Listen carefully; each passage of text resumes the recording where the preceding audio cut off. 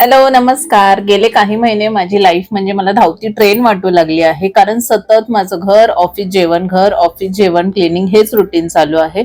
आणि हे रुटीन करता करता एवढं थकून जायला होतं की वेगळं काहीच आयुष्यात घडत नाही. काही वेगळं घडत नाही याचा गिल्ट येतो, पण एनर्जी पण उरत नाही की काहीतरी वेगळं ट्राय करेन असं. तुम्हाला पण कधी असं वाटतं का? मला असं वाटतंय की गेले 2-3 महिने मी काहीच करत नाहीये आणि जे करते त्यानेच मी पूर्णपणे थकून जाते. तर मग मला याच्यातून बाहेर पडायचं. तुमच्याकडे काही सोल्युशन असेल तर मला नक्की सांगा. मी सगळं काही ट्राय केलं, स्वतःला पॅम्पर करून बघितलं, स्वतःला वेळ देऊन बघितला, मेडिटेशन सगळं करून बघितलं, पण काहीच होत नाहीये. तर मग तुम्ही मला कमेंट करून नक्की सांगा की अशा सिच्युएशन मध्ये काय केलं पाहिजे. कारण सध्या तरी मला असं वाटतंय की धावत्या ट्रेन मध्ये मी बसली आणि मी फक्त धावतीये. तर मग थोडे दिवस कन्फ्यूज राहायला मी स्वतःला अलाउड केलेलं आहे. आणि या कन्फ्युजन मधून काहीतरी सोल्युशन निघेल अशी अपेक्षा पण आहे. खूप सारा रिसर्च करून काही नवीन गोष्टी ट्राय करण्याचा विचार केला आहे. बघू त्या कितपत सक्सेसफुल होतील हे तर तुम्ही पुढच्या जर्नीमध्ये बघालच.